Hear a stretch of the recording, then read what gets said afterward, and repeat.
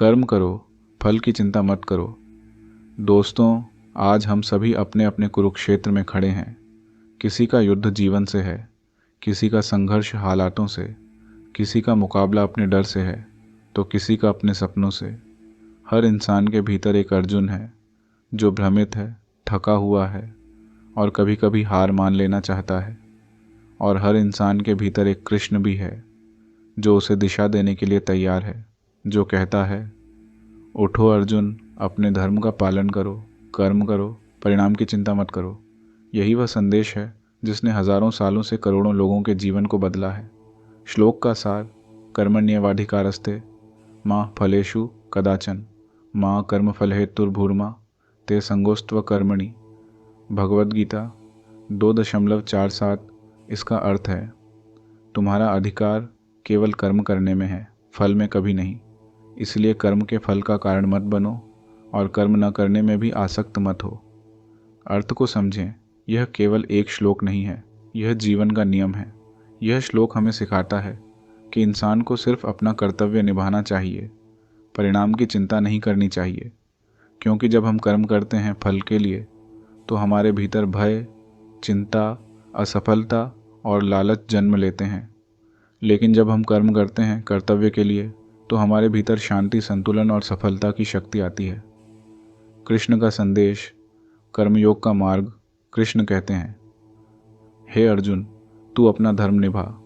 युद्ध करना तेरा कर्म है, परिणाम तेरा नहीं, भगवान का अधिकार है। इसका गहरा अर्थ है, हमें अपने कर्म पर पूर्ण ध्यान देना चाहिए, क्योंकि फल अपने आप आता है जब कर्म सही होता है। जीवन में लागू करें। मान लीजिए आप एक विद्यार्थी हैं। आपका कर्म है पढ़ाई करना, ना कि हर समय यह सोचना कि नतीजे क्या आएंगे। आप एक किसान हैं। आपका कर्म है बीज बोना, ना कि इस चिंता में डूबे रहना कि फसल कितनी होगी।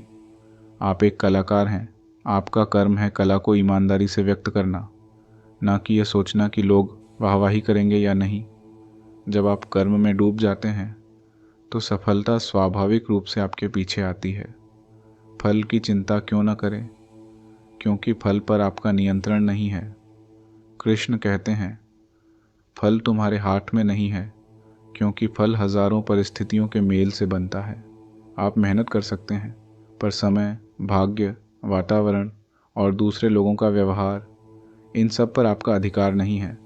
इसलिए जब हम सिर्फ कर्म पर ध्यान देते हैं तो हमारा मन शांत और एकाग्र रहता है, और यही एकाग्रता हमें सफलता के शिखर तक ले जाती है। अर्जुन की तरह मत डरो। कृष्ण अर्जुन से कहते हैं, तू योद्धा है, युद्ध करना तेरा धर्म है। अगर तू पीछे हटेगा तो यह तेरी कायरता होगी। आज हम सबके जीवन में भी यही स्थिति आती है, जब हमें कठिन निर्णय लेने होते हैं, जब हमें कर्म करने से डर लगता है, जब हम सोचते हैं कहीं असफल ना हो जाऊं। पर याद रखो, डर कर्म का दुश्मन है। अगर तुम सही दिशा में हो तो असफलता भी तुम्हें मजबूत बनाती है। सच्चा कर्मयोगी कौन है? जो अपने कार्य को पूजा मानता है, जो काम को भगवान की सेवा समझकर करता है, जो हर काम में शुद्ध भावना रखता है, न कि केवल परिणाम की लालसा। कृष्ण कहते हैं, योगः कर्मसु कौशलम। योग का अर्थ है कर्म में उत्कृष्टता। मतलब जब तुम अपने काम को पूर्णता से करते हो, वह कर्म ही योग बन जाता है। जीवन के उदाहरण, अभिनव बिंद्रा ने ओलंपिक गोल्ड जीतने से पहले हजारों बार निशाना चूका।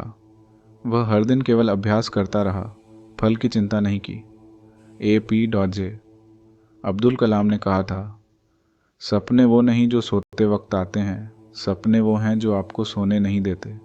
यह वही भावना है, कर्म पर ध्यान, फल पर नहीं।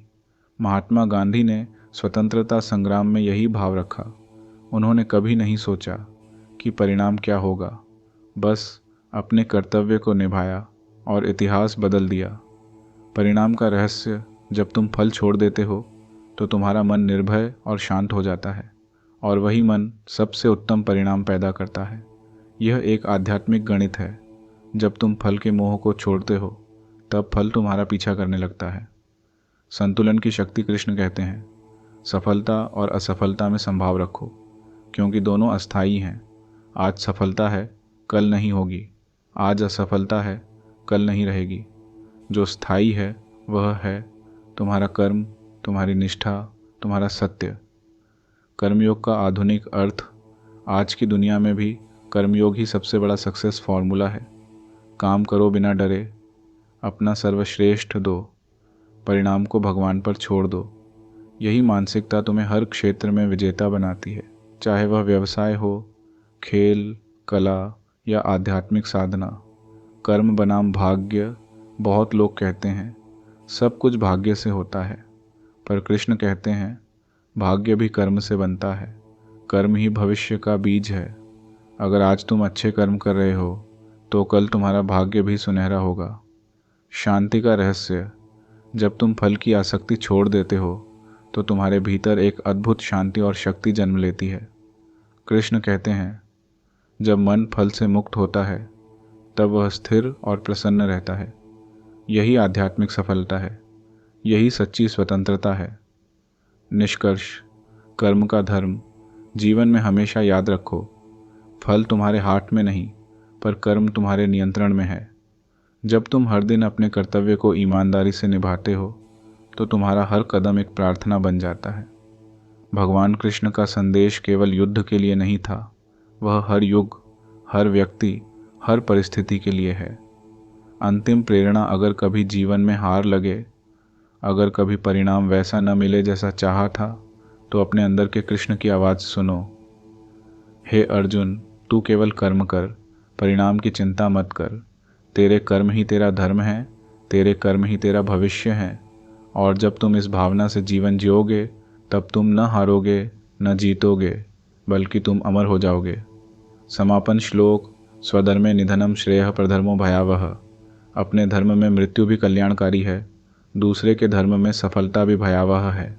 इसलिए अपना कर्म पहचानो, उसे पूर्णता से निभाओ और जीवन को गीता के इस अमर संदेश से रोशन करो। भाग 2, कर्मयोग से आत्मयोग तक। गीता की गहराई, आगे बढ़ो, क्योंकि रुकना भी एक प्रकार का पतन है। कृष्ण अर्जुन से कहते हैं यदि तू अपने कर्तव्य को छोड़ देगा तो तेरा नाम, तेरा आत्मविश्वास, तेरा सम्मान सब चला जाएगा। यही संदेश हमारे लिए भी है। जीवन में जब हम अपने कर्तव्य से भागते हैं तो हम केवल बाहरी जिम्मेदारियों से नहीं भागते, हम अपने ही अस्तित्व से भाग रहे होते हैं। हर बार जब तुम कहते हो आज नहीं कल करूँगा, तो याद रखना यह वाक्य तुम्हें कमज़ोर बना देता है, क्योंकि कर्म में देरी जीवन में अधूरी सफलता लाती है।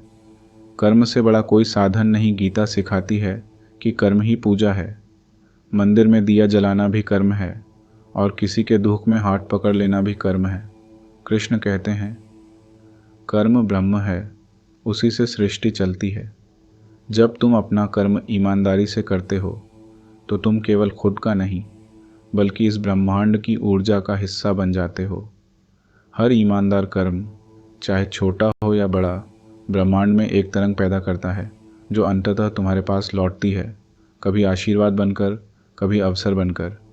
कर्मयोग बनाम कर्मफल। बहुत लोग कहते हैं अगर फल की इच्छा न रखें तो प्रेरणा कैसे मिले। कृष्ण इसका उत्तर देते हैं प्रेरणा फल से नहीं, कर्तव्य से आती है।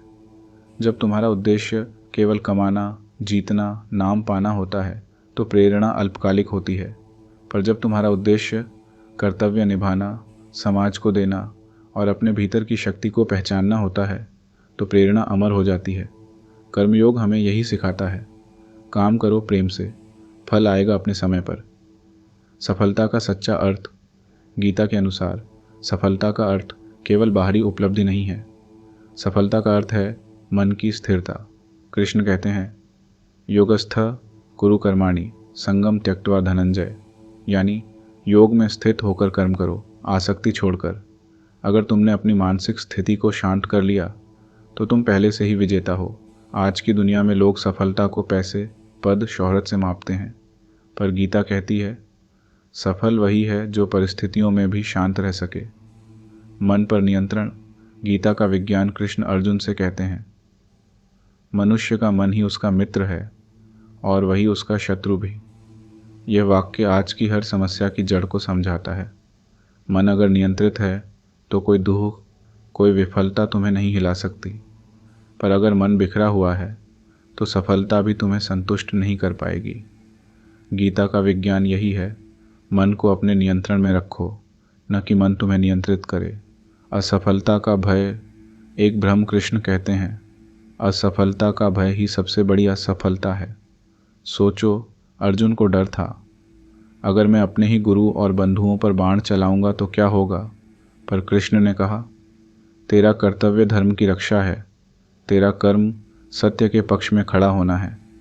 इसी तरह जब जीवन में कठिन निर्णय सामने हो तो डर को नहीं, कर्तव्य को मार्गदर्शक बनाओ। त्याग का असली अर्थ, त्याग का मतलब यह नहीं कि तुम काम छोड़ दो, त्याग का मतलब है फल की आसक्ति छोड़ दो। कृष्ण ने कभी अर्जुन से युद्ध छोड़ने को नहीं कहा, उन्होंने कहा, आसक्ति छोड़ो, कर्म नहीं। त्याग का अर्थ है अपने मन से मुझे क्या मिलेगा को मिटा देना और केवल मुझे क्या करना है पर ध्यान देना। यही त्याग सच्ची स्वतंत्रता देता है।